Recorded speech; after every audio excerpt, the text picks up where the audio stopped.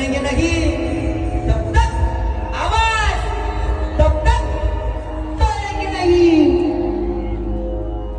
हो लावून कपाळी हो पिवळा पिढा घेऊन या हाती छेडा पिबडा हो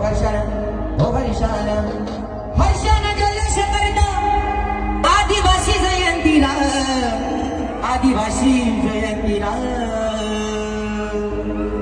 या दिंडोरीकरांचा आभार नाही करायचा या दिंडोरीकरांचा